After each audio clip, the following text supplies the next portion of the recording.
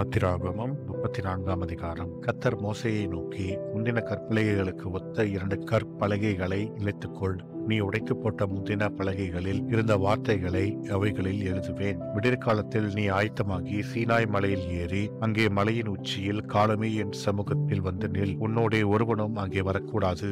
மலையில் எங்கும் ஒருவனும் காணப்படவும் கூடாது. இந்த மலையின் சமீபத்தில் ஆடு மாடு மேயவும் கூடாது என்றார். அப்பொழுது மோசே முந்தின கற்பலகைகளுக்கு ஒத்த 2 கற்பலகைகளை இழைத்து அதிகாலமே எழுந்திருந்து கர்த்தர் தனக்கு கட்டளையிட்டபடியே அவ்விரண்டு கற்பலகைகளையும் தன் கையிலே எடுத்துக்கொண்டு சீனாய் மலையில் ஏறினான். கர்த்தர் ஒரு மேகத்தில் இறங்கி அங்கே அவன் அருகே நின்று கர்த்தருடைய நாமத்தை கூறினார். கர்த்தர் அவனுக்கு முன்பாக கடந்து போகிற போது அவர், கர்த்தர் கர்த்தர் இரக்கமும் கிருபையும் நீடிய சாந்தமும் மகா தயையும் சத்தியமும் உள்ள தேவன், 1000 தலைமுறைகளுக்கு இரக்கத்தை காக்கிறவர், அக்கிரமத்தையும் மீறுதலையும் பாவத்தையும் மன்னிக்கிறவர், குற்றவாளியை குற்றமற்றவனாக விடாமல் பிதாக்கள் செய்த அக்கிரமத்தை பிள்ளைகளிடத்திலும் பிள்ளைகளுடைய பிள்ளைகளிடத்திலும் 3ஆம் 4ஆம் தலைமுறை மட்டும் விசாரிக்கிறவர் என்று கூறினார். மோசே தீவிரமாக தரைமட்டும் குனிந்து பணிந்து கொண்டு, ஆண்டவரே, உம்முடைய கண்களில் எனக்கு கிருபை கிடைத்ததானால் எங்கள் நடுவில் ஆண்டவர் எழுந்தருள வேண்டும். இந்த ஜனங்கள் வணங்கா கழுத்துள்ளவர்கள். நீரோ எங்கள் அக்கிரமத்தையும் எங்கள் பாவத்தையும் மன்னித்து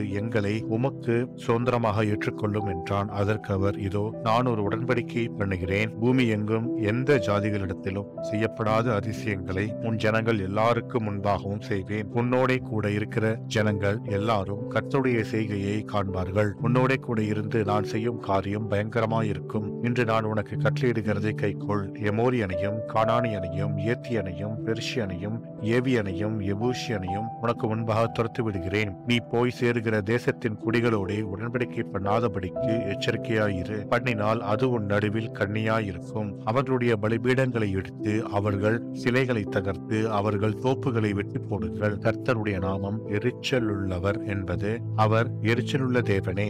ஆகையால் அந்நிய தேவனை நீ பணிந்து கொள்ள வேண்டாம். அந்த தேசத்தின் குடிகளோட உடன்படிக்கை பண்ணுவாயானால் அவர்கள் தங்கள் தேவர்களை சோரமார்க்கமாய் பின்பற்றி தங்களுடைய தேவர்களுக்கு பலியிடுவார்கள். ஒருவன் உன்னை அழைக்கையில் நீ போய் அவன் பலியிட்டதிலே புசிப்பாய். அவர்கள் குமாரத்திகளில் உன் குமாரருக்கு பெண்களை கொள்ளுவாய். அவர்கள் குமார்த்திகள் தங்கள் தேவர்களை சோரமார்க்கமாய் பின்பற்றுவதும் அல்லாமல் உன் குமாரரையும் தங்கள் தேவர்களை சோரமார்க்கமாய் பின்பற்றும்படி செய்வார்கள். வார்ப்பிக்கப்பட்ட தெய்வங்களை உங்களுக்கு உண்டாக்க வேண்டாம். புளிப்பில்லா அப்ப பண்டிகையை நீங்கள் கை கொண்டு நான் உங்களுக்கு கட்டளையிட்டபடியே ஆபீப் மாதத்தில் குறித்த காலத்திலே 7 நாள் புளிப்பில்லா அப்பம் புசிக்க கடுவீர்கள். ஆபீப் மாதத்திலே எகிப்திலிருந்து புறப்பட்டாயே. கர்ப்பந்திறந்து பிறக்கிற யாவும் உன் ஆடு மாடுகளின் தலையீற்றான ஆண்கள் யாவும் என்னுடையவைகள். கழுதையின் தலையீற்றை ஒரு ஆட்டுக்குட்டியால் மீட்டுக் கொள்வாயாக.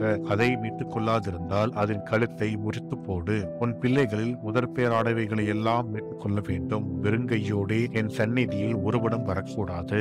6 நாள் வேலை செய்து 7ஆம் நாளிலே ஓய்ந்திருப்பாயாக. விதைப்பு காலத்திலும் அறுப்பு காலத்திலும் ஓய்ந்திருப்பாயாக. கோதுமை அறுப்பின் முதற் பலனை செலுத்தும் 7 வாரங்களின் பண்டிகையையும் வருஷ முடிவிலே சேர்ப்பு கால பண்டிகையையும் ஆசரிப்பாயாக. வருஷத்தில் 3 தரம் உங்கள் ஆண் மக்கள் எல்லாரும் இஸ்ரவேலின் தேவனாய் இருக்கிற கர்த்தராகிய ஆண்டவரின் சந்நிதியில் வரக்கிடவர்கள். நான் புறஜாதிகளை உங்கள் முன்னின்று துரத்திவிட்டு உங்கள் எல்லைகளை விஸ்தாரமாக்குவேன். வருஷத்தில் 3 தரம் உங்கள் தேவனாகிய கர்த்தருடைய சந்நிதிக்கு முன்பாக காணப்பட போயிருக்கும் போது ஒருவரும் உங்கள் தேசத்தை இச்சிப்பதில்லை. எனக்கு இடும் பலியின் இரத்தத்தை புளித்த மாவுடன் செலுத்த வேண்டாம். பஸ்கா பண்டிகையின் பலியை விடியற்காலம் வரைக்கும் வைக்கவும் வேண்டாம். உங்கள் நிலத்தில் முதல் விளைந்த முதற் பழத்தை உங்கள் தேவனாகிய கர்த்தரின் ஆலயத்துக்கு கொண்டு வாருங்கள். வெள்ளாட்டுக்குட்டியை அதன் தாயின் பாலிலே சமைக்க வேண்டாம் என்றார். பின்னும் கர்த்தர் மோசேயை நோக்கி, இந்த வார்த்தைகளை நீ எழுது. இந்த வார்த்தைகளின்படியே உன்னோடும் இஸ்ரவேலோடும் உடன்படிக்கை பண்ணுவேன் என்றார். அங்கே அவன் அப்பம் புசியாமலும் தண்ணீர் குடியாமலும் இரவும் பகலும் 40 நாள் கர்த்தரோடே இருந்தான்.